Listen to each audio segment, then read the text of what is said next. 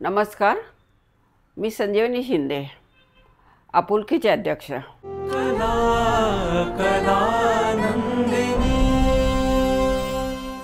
आपुलकीचं काम हे गरिबांसाठी आहे।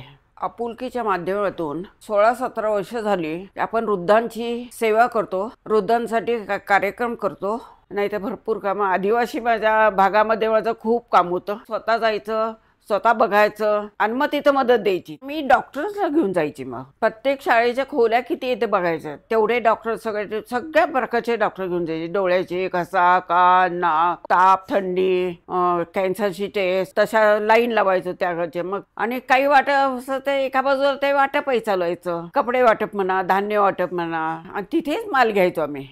कारण पुण्यापासून गाडीत माल नेता यायचं नाहीये वजन म्हणून, मग तिथंच खरेदी करायचो आणि आश्रमात कार्यक्रम करायचो। माझ्यावर ज्या बायका येत होत्या करत होते आदिवासी बघायचे, घरदार सोडून त्यांचा सगळा खर्च मी करत होते। आणि तेवढे कष्ट पण मी केलेले की जे मी कष्ट केले ते सगळे आपुलकीला वापरले। महिलांचे ग्रुप असायचे आणि संजू तुझ्याकडे काय की हे सगळं असं बायकांना कंटाळा नको यायला। मग माझ्या डोक्यात असा विचारायला की वर्षातनं 2 वेळेला आपण हे कार्यक्रम घ्यायला हरकत नाही। मग सुरुवातीला मी भजनाची स्पर्धा घेतली, ती फेमस झाली आणि इतके मेंबर्स आले की तर दिवसभर कशी चालवायची।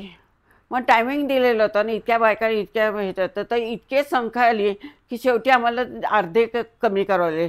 सद्गुरूकडे मला आजपर्यंत कोणी नावं ठेवणारे भेटले नाही। सोन्यासारखे लोक भेटलेली आहेत, चांगल्या लोकांचा सहवास लागला।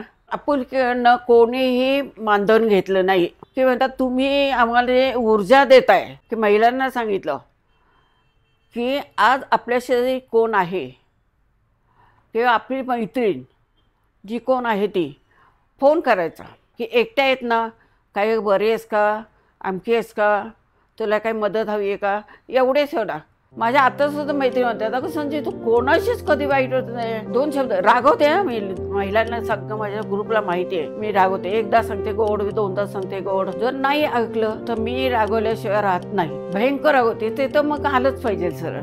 काही जरी तू आता तुम्हाला काहीतरी बोलली तर मी ते मनात ठेवणार नाही, तुझ्या ते मनात नाही, किंवा असं रुसवा रागव माझ्या ते मनात येणार नाही, मी लगेच मोकळी होणार आहे। असं जर झालं असं तर मी एवढे लोक जवळ केली नसती।